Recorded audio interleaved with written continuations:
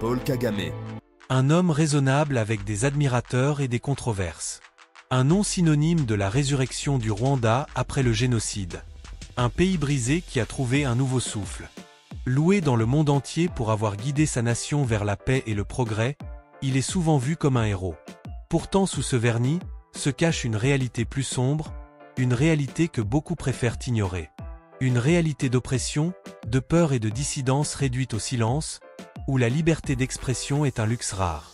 Voici l'histoire de Paul Kagame, l'homme qui a reconstruit le Rwanda tout en resserrant son emprise sur le pouvoir, un leader aux multiples facettes. Il s'est imposé comme un leader pendant le génocide de 1994, un conflit qui a coûté la vie à près d'1 million de personnes, un événement gravé dans l'histoire.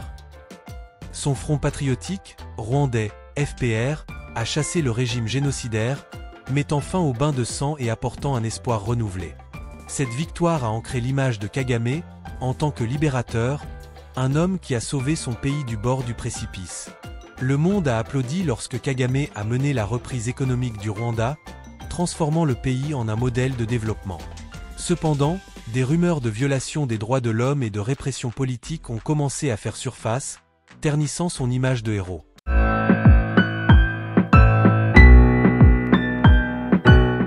Pour comprendre le régime de Kagame, il faut saisir l'atmosphère omniprésente de peur et de contrôle.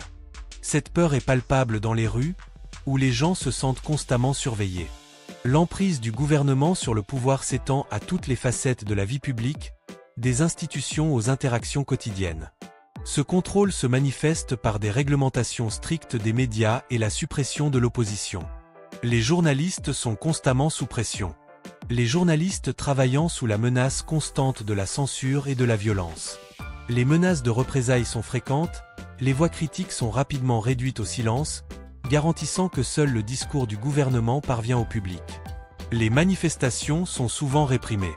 Le pouvoir judiciaire sert souvent d'instrument pour faire taire les critiques. Les juges sont sous pression pour suivre les directives du gouvernement. Ce manque d'indépendance de la justice crée un climat d'impunité. Les décisions judiciaires sont souvent influencées par des intérêts politiques. Une culture de l'autocensure s'est enracinée au sein de la société rwandaise.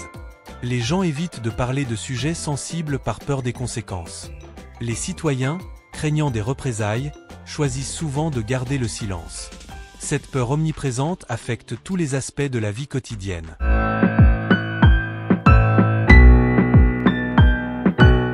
L'aspect le plus inquiétant du régime de Kagame est la prise pour cible des opposants politiques et des journalistes. Ces voix courageuses, qui osent défier le pouvoir en place, sont systématiquement réduites au silence. Ces personnes sont confrontées à l'intimidation, aux arrestations arbitraires et même aux exécutions extrajudiciaires. Leurs vies sont constamment en danger et leur liberté d'expression est brutalement réprimée. Le cas de Victoire Ingabire et Diane Mukabegazi illustre jusqu'où le régime est prêt à aller pour faire taire la dissidence. Ces femmes courageuses sont devenues des symboles de la résistance face à l'oppression. Ces attaques dépassent les frontières du Rwanda. Les critiques en exil étant confrontés à des menaces et des tentatives d'assassinat. Même loin de leur pays, ils ne sont pas à l'abri de la répression. Ces incidents mettent en évidence la volonté du régime de faire taire toute dissidence, quel qu'en soit le prix. La détermination du régime à étouffer toute opposition est implacable et sans pitié. Au-delà des frontières, implication internationale. La relation de la communauté internationale avec Kagame est complexe. Les gouvernements occidentaux saluant ses réalisations économiques et ses efforts de stabilisation. Ce soutien se traduit par une aide financière et un soutien diplomatique. Cependant, les rapports des organisations de défense des droits de l'homme soulèvent des inquiétudes quant au régime de Kagame. Le gouvernement rwandais nie tout acte répréhensible, accusant les pays occidentaux d'hypocrisie.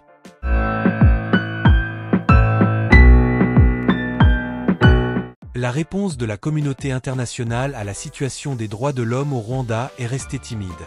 Si certains gouvernements expriment leurs préoccupations, les critiques sont souvent formulées dans un langage diplomatique.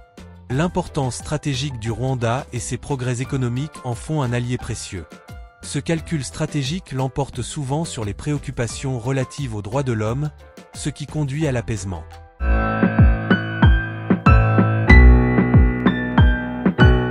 Alors que Kagame resserre son emprise sur le pouvoir, l'avenir du Rwanda reste incertain. Le coût du progrès économique a été élevé, avec la suppression de la dissidence et une peur omniprésente. La réticence de la communauté internationale à tenir Kagame responsable soulève des questions quant à son engagement envers les droits de l'homme. En privilégiant ses intérêts stratégiques, l'Occident risque de renforcer les régimes autoritaires. Reste à savoir si le Rwanda pourra opérer une transition vers une véritable démocratie parce que jusqu'à présent, nous ne faisons qu'assister à une mascarade de démocratie dans ce pays. La route à suivre sera semée d'embûches et le monde entier observera attentivement.